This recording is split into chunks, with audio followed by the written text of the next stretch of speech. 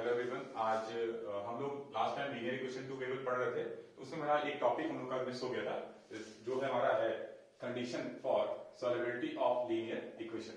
मतलब क्या क्या कंडीशन है कि हमारा जो लीनियर इक्वेशन है वो सॉल्व हो सकता है या नहीं हो सकता है। तो उसके लिए तीन कंडीशन बेसिकली हमारी है। जैसा कि हम लोग ग्राफ में जानते हैं कि अगर हम लोग किसी भी लीनियर इक्वेशन का ग्राफ बनाएंगे तो या तो वो दोनों एक दूसरे को एक सिंगल पॉइंट पे कट करेंगे, इसका मतलब ये यूनिक सॉल्यूशन है। तो पहला कंडीशन हमारा यूनिक सॉल्यूशन का ही है। मतलब यूनिक सॉल्यूशन मतलब सिर्फ और सिर्फ x और y की एक ही वैल्यू मिलेगी।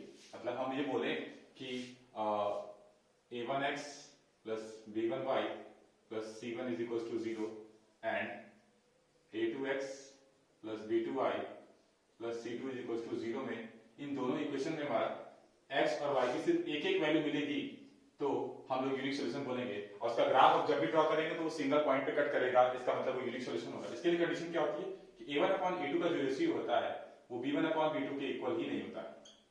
अगर ऐसा हुआ, अगर हम चेक करेंगे कि a1 अपॉन a2 निकाला हमने, b1 अपॉन b2 निकाला, दोनों अलग अलग आए, जैसे 3/2 आया और एक आया हमारा 5.6 आया, कुछ भी आया, तो दोनों यूनिक सॉल्यूशन होगा, तो सिर्फ एक सॉल्यूशन मिलेगा x और y का। दूसरा केस हमारा इनफाइनाइट सॉल्यूशन, इनफाइनाइट सॉल्यूशन।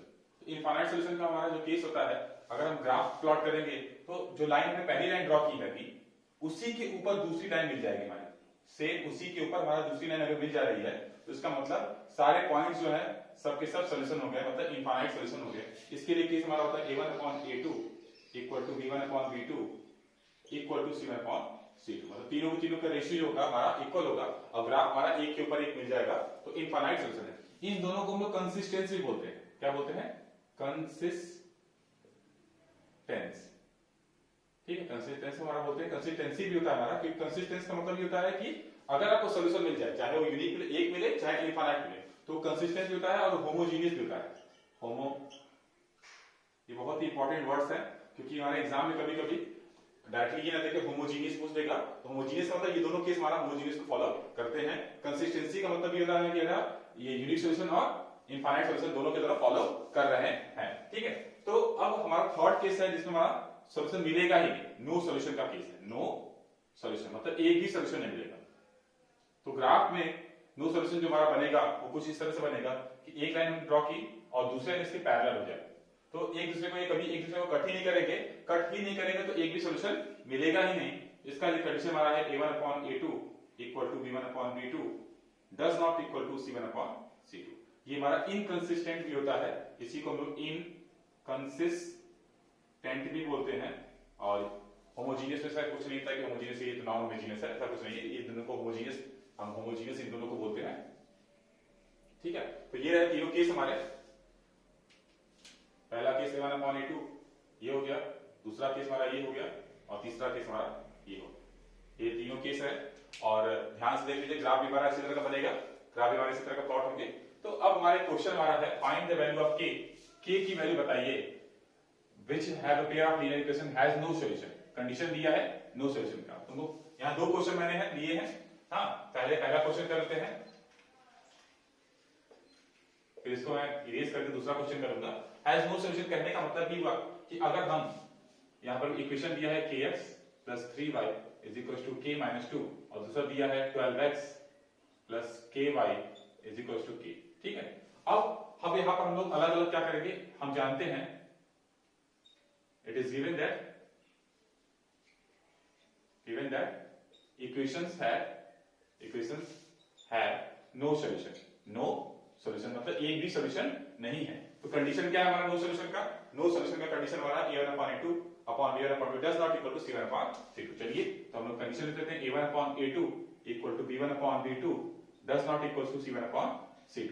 अब यहां पर अगर वैल्यू पुट करेंगे, a1 मतलब k, a2 मतलब 12 इज इक्वल टू, ये हमारा b1 हुआ 3 और b2 हमारा k is equal to does not equal to k minus 2, ये रहा हमारा c1 और ये रहा हमारा c2, k minus 2 upon k। आप इन दोनों को इधर भी लाके कर सकते हैं, कोई फर्क नहीं पड़ता। और ध्यान दीजिएगा कि अगर पहले क्वेश्चन में हमारा ये जीरो है, इधर साइड इधर लाइन ये जीरो जाएगा, तो इसमें हमारा जीरो ही होना चाहिए। अगर हमारा जो कांस्टेंट टर्म है आरएचएस में है तो दोनों ही इक्वेशन में कांस्टेंट टर्म आरएचएस में ही होने चाहिए। तो अब जरा देखिए, अब यहां पर अगर हम इसको सॉल्व करते हैं, पहले हमने इसको इक्वल ले लिया, तो k/12 is equal to 3/k। अब यहां से इसको सॉल्व करेंगे, जरा देखिए k का मल्टीप्लाई k में करेंगे, क्रॉस मल्टीप्लिकेशन करेंगे, तो यहां k² is equal to 12 3 36, that means k की वैल्यू हमारी आई +-6, प्लस यानी +6 भी हो सकती है और -6 भी हो सकती है। अब हम जब क्या करेंगे, अब हम लोग या तो इसको इसके इक्वल ले लें या तो फिर इसको इसके इक्वल ले, सॉरी इक्वल नहीं, डज नॉट इक्वल, ठीक है, यहां डज नॉट इक्वल टू का साइन लगा हुआ है, तो हम लोग इसको इसके डज नॉट इक्वल टू ले लेंगे। यहां से मेरा कंडीशन क्या मिलेगा, 3/k does not equal to k - 2/k। अब मल्टीप्लाई, क्रॉस मल्टीप्लाई कीजिए, 3k does not equal to k² - 2k, ठीक है। अब क्या है, या तो फिर मल्टीप्लाई मत कीजिए, यहां पर अगर आप चाहें तो यहां पर k इन ब्रैकेट जैसे k कंप्लाई k - 2 में करना है। इसका क्या मतलब हुआ, इसका बस इतना ही मतलब है कि हम जो है k की वैल्यू +6 और -6 रख के हमें चेक करना पड़ेगा हमको कि क्या कहीं ये दोनों आपस में इक्वल तो नहीं आ जा रहे हैं, या फिर आप 3 को उधर ट्रांसफर कर दीजिए, तो 0 does not equal to k - 2 - 3k। तो हमको इस इक्वेशन में स्टार ले लेते हैं, इसको स्टार में हमको अलग अलग बार पुट करके चेक करना होगा कि k की वैल्यू कहीं इसमें 0 तो नहीं आ रही है। अगर +6 पे 0 आ जाएगी तो +6 हम लोग नहीं ले सकते, अगर -6 पे 0 आ जाएगी तो हम लोग -6 नहीं ले सकते। तो जो हमारा केस आया है वो केस है, केस नंबर 1 है हमारा, केस फर्स्ट हमारा क्या है, हम k की वैल्यू +6 पे पुट करते हैं, फ्रॉम स्टार क्या करते हैं, +6 पुट करते हैं, तो k इक्वल टू +6 पुट करेंगे, तो यहां पर क्या आएगा, 0 does not equal to 6 bracket में 6 - 2 - 3k, ठीक है, सॉरी 3 × 6। आप इसको सॉल्व कीजिए, ये हमारा आएगा 24 - 18 डज नॉट इक्वल टू 0। आप देख रहा होगा कि 0 डज नॉट इक्वल टू 6 आ रहा है, इसका मतलब जो हमारा +6 है, यानी k इज इक्वल टू +6 हमारा आंसर होगा। अब ये तो चेक कर लिया, अब -6 भी पुट करके हमको चेक करना पड़ेगा, -6 भी पुट करके हमको चेक करना पड़ेगा। फिर से हमारा केस नंबर सेकंड क्या हो जाएगा, -6 पुट करके, तो 0 does not equal to -6 in bracket -6 - 2 - 3 into -6।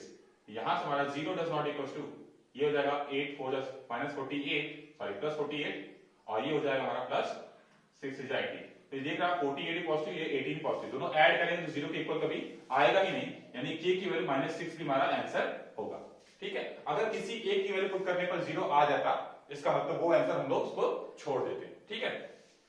तो चलिए अब आगे बढ़ते हैं। तो अगला जो क्वेश्चन हमारा क्वेश्चन नंबर 2 है, हाँ ठीक है, हमने पहले कर लिया और हमारे k की वैल्यू ने चेक कर लिया। अब क्वेश्चन नंबर 2 हमारा है कि has infinite number of solution, तो यहां कंडीशन जो है find the value of k for which the pair of linear equation has infinite, मैंने पूरा क्वेश्चन नहीं लिखा है, has infinite number of solution बस डायरेक्टली लिख दिया है। अब इनफाइनाइट नंबर ऑफ सॉल्यूशन के लिए हमारा कंडीशन क्या है, a1/a2 equal to b1/b2 equal to c1/c2। तो क्वेश्चन नंबर 2, ठीक है, ये हमारा क्या है, 2x + 3y = 7, और दूसरा इक्वेशन हमारा k - 1x + k + 2y, थोड़ा सा इसको अगर हम चाहे तो दूर दूर लिख सकते हैं, ये 3y यहां लिख लेते हैं, इक्वल टू 7 यहां लिख लेते हैं, और यहां इक्वल टू 3k, हाँ ठीक है। अब यहां क्या होगा, हमारा कंडीशन क्या है, फॉर इनफाइनाइट सॉल्यूशन, कंडीशन हमारा है a1/a2 equal to b1/b2 equal to c1/c2। अब a1, अब जरा देखिए वैल्यू पुट कर देते हैं। अब यहां पर क्या आएगा, 2/k - 1 is equal to 3/k + 2 is equal to 7/3, ठीक है।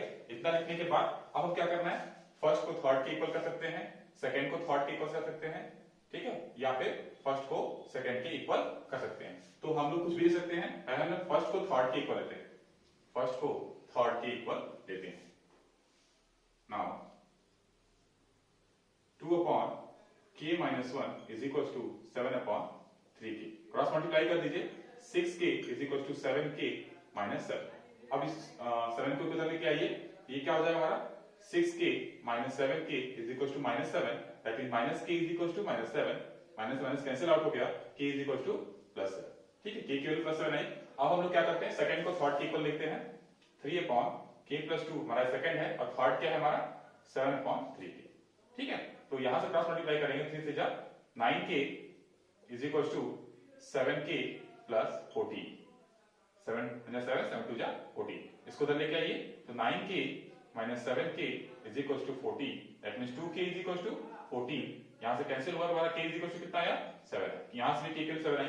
अब आप चेक कर लीजिए क्या फर्स्ट को सेकंड के इक्वल करने पर भी वैल्यू सेम आ रही है या नहीं आ रही है, तो 2 upon k minus 1 is equal to 3 upon k plus 2, cross multiply कर लीजिए, 2k प्लस 4, 2 1 जा 2, 2 जा 4 is equal to 3k minus 3, 3k minus 3, इसको उधर लेके आइए, 2k minus 3k is equal to minus 3 और माइनस 4, ये 4 उधर जाएगा तो क्या आ जाएगा माइनस 4 हो जाएगा, यहां से माइनस k आया और यहां से माइनस 7 है, तो k इज इक्वल टू कितना है 7, हर k से हमारा k की वैल्यू कितनी आ रही है 7 ही आ रही है, तो ठीक है, यानी k की वैल्यू अगर हम यहां पर 7 पुट करेंगे तभी जाके ये जो इक्वेशन है वो इनफाइनाइट नंबर का सॉल्यूशन आएगा।